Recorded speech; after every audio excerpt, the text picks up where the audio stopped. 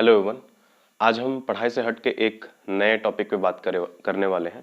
कुछ दिन पहले मैंने एक पिक्चर पोस्ट किया था इसी यूट्यूब पे ही, जिसमें मैंने कुछ अवार्ड्स के बारे में बात किया था जो कि स्कूली बच्चों को दिया जाना है।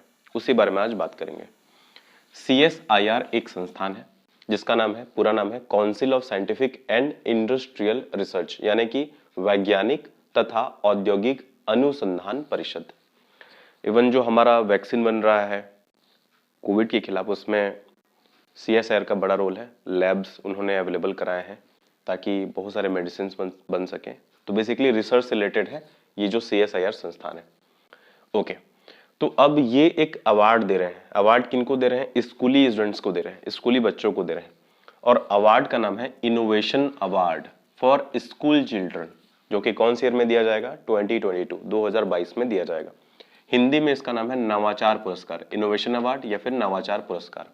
नवाचार का मतलब या इनोवेशन का मतलब क्या होता है? कुछ नया चीज का खोज करना। ठीक है, अब ये अवार्ड जो है वो कौन कौन से कैटेगरी में दिया जाएगा या इसका क्या रोल है, क्यों दिया जा रहा है ये अवार्ड? ये इसलिए दिया जा रहा है ताकि जो स्कूल के स्टूडेंट्स हैं, स्कूल में पढ़ने वाले स्टूडेंट हैं, उनका बौद्धिक जागरूकता हो। बौद्धिक जागरूकता मतलब बुद्धि का विकास हो। जनरली हम लोग क्या करते हैं, पढ़ते हैं और बस अच्छा परसेंट आ जाए, अच्छा नंबर आ जाए, इसलिए पढ़ाई करते हैं, लेकिन हम कुछ नया खोज नहीं कर पाते, इनोवेशन नहीं कर पाते।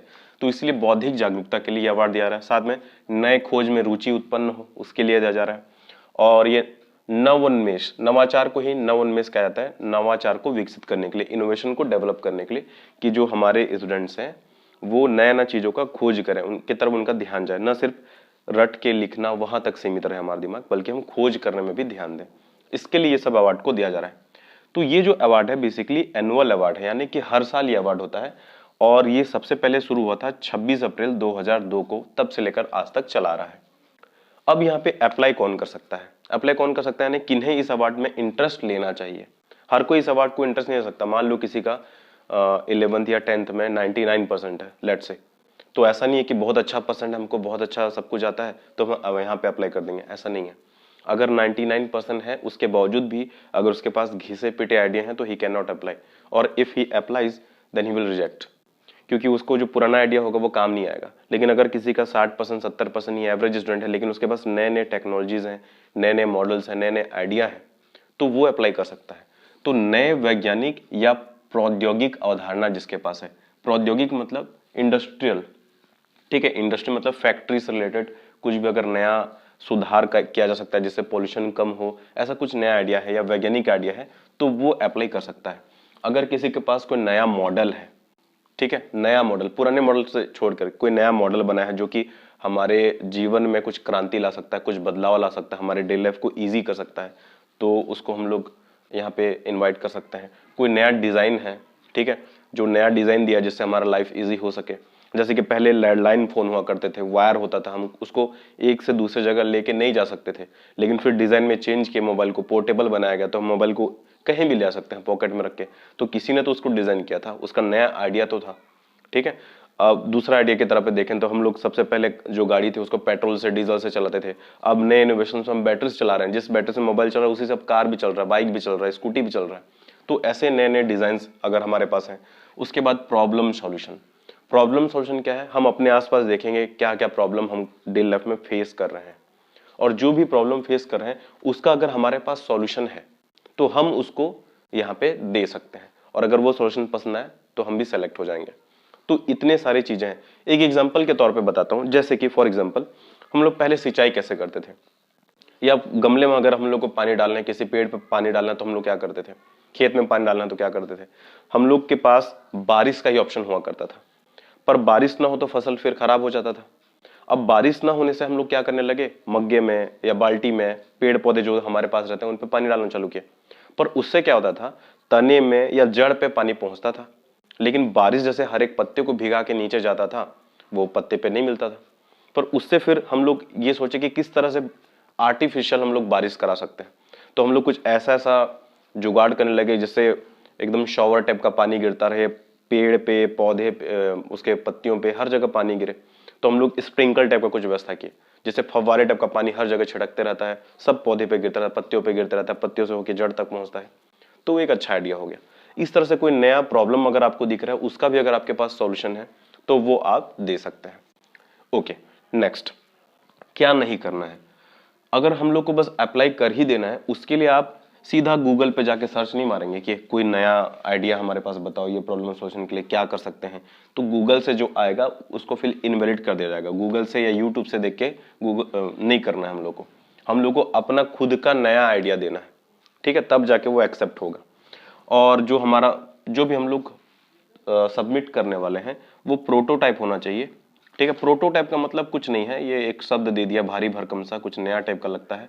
प्रोटोटाइप मतलब ये है कि वो ओरिजिनल होना चाहिए, नेचुरल होना चाहिए, ठीक है, खुद का होना चाहिए, किसी का चुराया हुआ नहीं होना चाहिए, बस इतना ही मतलब है। और या फिर उसमें एक प्रैक्टिकल डाटा होना चाहिए। प्रैक्टिकल डाटा क्या होता है, जैसे कि हमने पाया कि लगातार जनसंख्या बढ़ रही है और हमारे पास उसका डाटा है। मान लो हमारे गांव में लगातार जनसंख्या बढ़ रही है और उसके पास हमारे पास उसका डाटा है कि इस साल इतना जनसंख्या बढ़ गया, इस साल इतना बढ़ गया, पुरुष इतने हैं, महिला इतने हैं, और हमको पता चलता है कि महिलाओं की संख्या लगातार कम होती जा रही है। तो हम उस डाटा को लेकर के उसका सॉल्यूशन निकाल सकते हैं कि हम ऐसा क्या करें हमारे गांव में या हमारे शहर में जिससे ये जो रेशो हो वो अच्छा पहुंच जाए या जनसंख्या पर नियंत्रण आ जाए, इस टाइप का कुछ भी। तो उसमें परफेक्ट डेटा भी आ जाएगा। इस तरह से कुछ भी रिसर्च हो तो भी कर सकते हैं।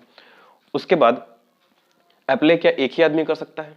नहीं, अप्लाई सिंगल पर्सन भी कर सकता है और कोई ग्रुप है, अगर 10-20 लोग मिलके, 5-6 लोग जैसे भी मिलके अगर कुछ एक डेटा निकाले हैं या कुछ प्रैक्टिकल किए हैं या कोई डिजाइन दिए हैं या कोई मॉडल बनाए हैं या कोई नया खोज किए हैं, ठीक है, तो उस टाइप का काम कर सकते हैं। जैसे 3 इडियट्स में आमिर खान का देखे होगे, एक बनाता है हेलीकॉप्टर, ठीक है, उस टाइप का नया आइडिया जो उड़ सकता था, ठीक है। ड्रोन जिसको कहते हैं आज की डेट में, तो ड्रोन एक नया इनोवेशन था जिसमें मूवी में बताया गया था। उस टाइप का कुछ आइडिया है जो ग्रुप में मिल किया कोई भी बनाया हो, ठीक है। और इसमें हेल्प भी ले सकते हैं, किसका, फ्रेंड का या टीचर का या पेरेंट्स का, किसी का भी हेल्प ले सकते हैं। लेकिन अप्लाई जो करेगा एक ही आदमी करेगा या कोई ग्रुप करेगा, जिनमें से अगर ग्रुप है तो सभी की उम्र 18 वर्ष से कम होनी चाहिए। 18 वर्ष से कम होनी चाहिए किस डेट में? 1 जनवरी 2022 की डेट में, 1 जनवरी 2022 तक की डेट में 18 वर्ष से कम होना चाहिए। और जो भी अप्लाई करने वाले हैं वो पहली से लेकर के 12वीं तक, फर्स्ट क्लास से लेकर के 12th क्लास तक के स्टूडेंट होंगे। उससे ज्यादा या उससे कम वाले अप्लाई नहीं कर सकते। ये है इनके पार्टिसिपेंट। अगर यहां तक आपको समझ में आ गया तो इसको अप्लाई कैसे करना है वो मैं आपको बताता हूं, ठीक है। तो आगे समझते हैं इसको भेजने का तरीका, इसको कैसे पोस्ट करना है, ठीक है। तो इसको पोस्ट करने के लिए हम लोग को जो भी हमारे पास आइडिया, डिजाइन या प्रॉब्लम सॉल्यूशन था या मॉडल था या प्रैक्टिकल डाटा था जो कि इन टॉपिक से होना चाहिए, वो केमिस्ट्री से रिलेटेड होना चाहिए, बायोलॉजी से होना चाहिए, बायो इंडस्ट्रियल होना चाहिए, यानी कि जो प्लांट में जो भी बायोलॉजी का यूज होता है उससे रिलेटेड होना चाहिए, electronics and engineering, in topics, इसके अलावा भी और कुछ कुछ टॉपिक दिए होंगे, मोटा मोटा यही सब टॉपिक है, इनमें सब कुछ कवर रहता है, इन टॉपिक्स से रिलेटेड होने चाहिए।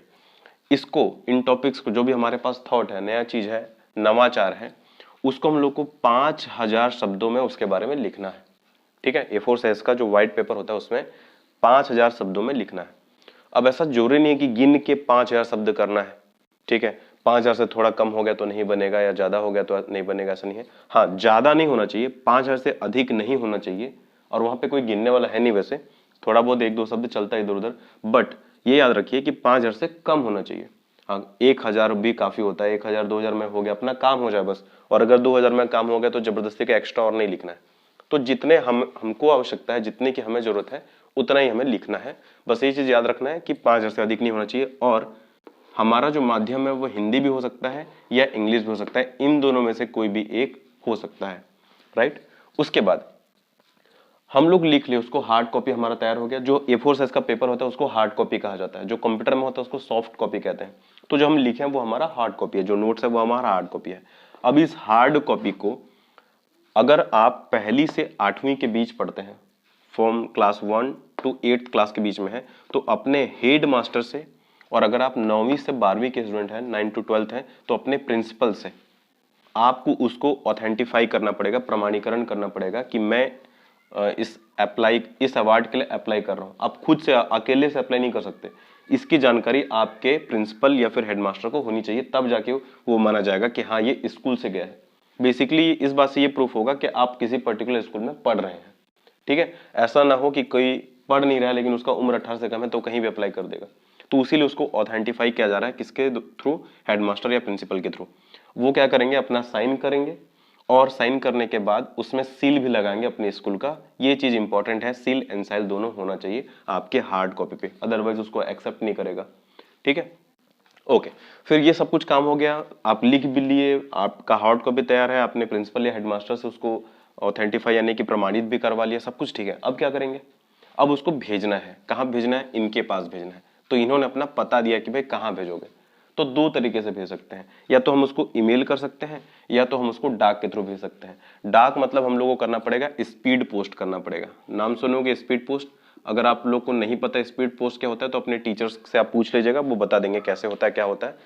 ठीक है, तो स्पीड पोस्ट करना है इस पते पे। आपको हेडिंग एक लिखना पड़ेगा, CIASC-2022, उसके बाद 2 यानी कि प्रति, CSIR innovation protection unit, NISCAIR building, फिर नीचे 14 सत्संग विहार मार्ग, special institutional area, new Delhi 110067, ये वहां का पिन कोड है। इस एड्रेस पे आपको पोस्ट कर देना है।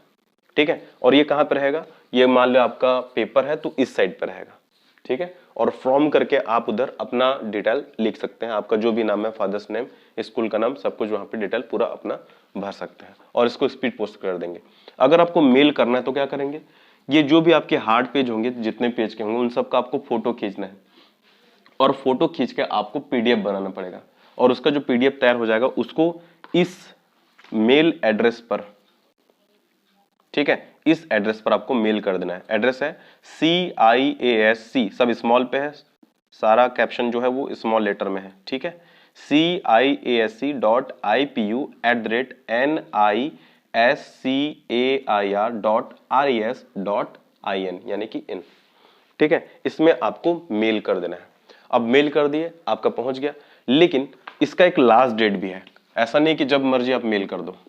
ठीक है, तो इससे रिलेटेड लास्ट डेट कब है, क्या है, कब तक पहुंचना चाहिए, ये सब भी बताया हुआ है, वो भी मैं बता देता हूं क्या क्या करना है। ठीक है, ओके, तो वो भी बता देता हूं कब तक पहुंचना चाहिए, लास्ट डेट कब है। तो आपका ये जो चीज है, ये आपने जो पोस्ट किया है वो आप कभी भी पोस्ट करो, लेकिन ये 30 अप्रैल 2022 तक पहुंच जाना चाहिए।